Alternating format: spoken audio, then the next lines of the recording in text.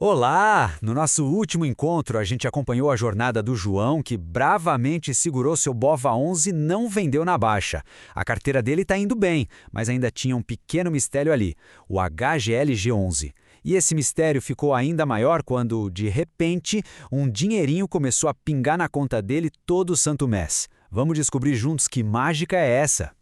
E tudo começou assim, ó. Um dia, sem mais nem menos, o João abre o aplicativo da corretora e se depara com isso, um crédito de 87 centavos. Claro, não é uma fortuna, mas o ponto é, o dinheiro simplesmente apareceu lá, vinculado àquela cota do HGLG11 que ele tinha. A pergunta veio na hora, né? Ele não vendeu nenhuma cota, não pediu resgate, então, de onde é que saiu esse valor? Essa pequena dúvida foi a chave que abriu a porta para um dos conceitos mais poderosos para quem busca renda passiva. E aqui está a resposta. Não é mágica, é lei.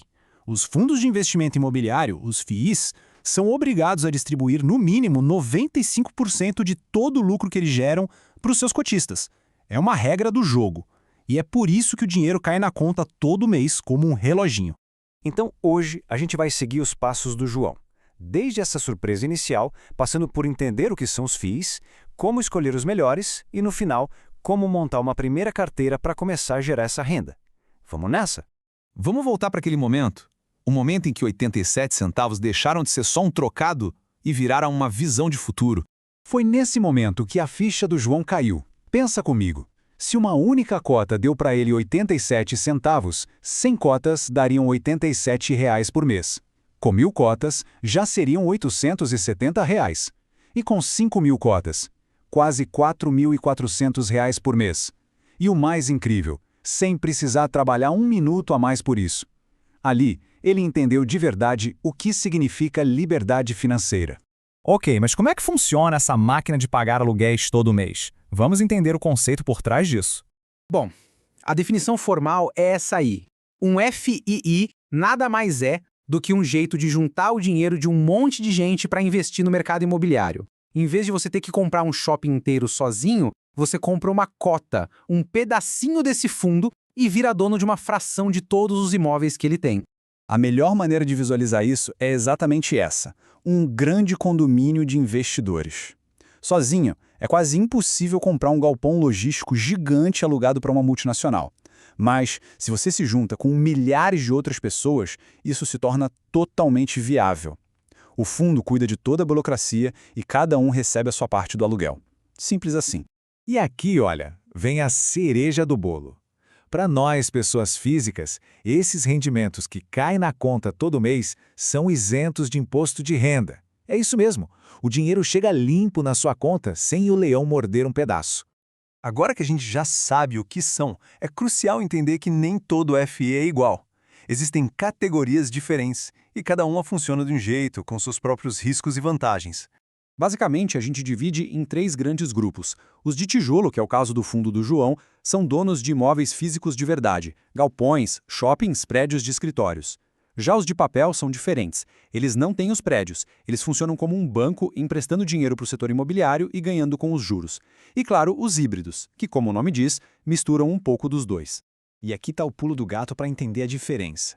O maior risco de um fundo de tijolo é a vacância, ou seja, o imóvel ficar vazio e parar de gerar aluguel.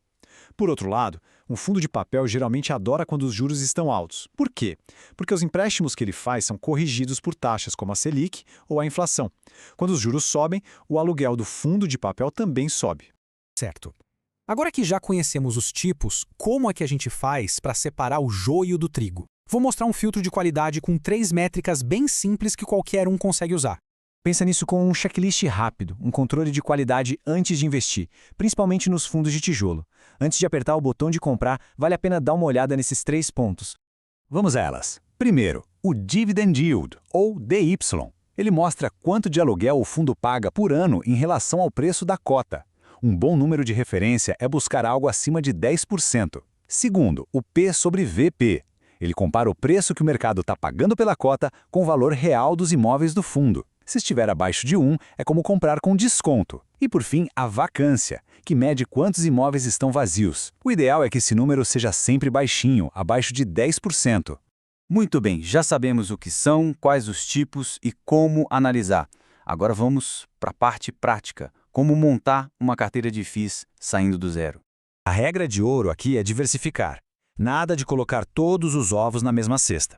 Uma carteira inicial bem equilibrada poderia ser assim, por exemplo: 40% em fundos de logística para aproveitar o boom do e-commerce, 30% em escritórios corporativos, que trazem mais estabilidade, e 30% em fundos de papel, para se beneficiar do cenário de juros. E o mais importante de tudo, não precise de muito dinheiro para começar. Com cerca de R$100 por mês, já dá para comprar uma cota e dar o primeiro passo. A consistência, o hábito de investir todo mês, é muito mais poderosa do que a quantia que se investe no começo. E isso nos traz de volta ao ponto de partida. Aquele valor que parecia tão pequeno, mas que acendeu uma luz e mudou a forma como João enxergava o dinheiro. Porque, no fim das contas, aqueles 87 centavos eram muito mais do que moedas. Eram a prova viva de que o sistema funciona. Eram simbolicamente o primeiro tijolo na construção de algo muito maior. Uma fonte de renda que, com tempo e disciplina, trabalha por você. E agora uma reflexão. Qual é a sua meta de renda passiva mensal? Pode ser R$500, R$1.000, deixa aqui nos comentários. E não esquece de salvar esse conteúdo para sempre ter à mão aquelas 3 métricas na hora de analisar um fundo.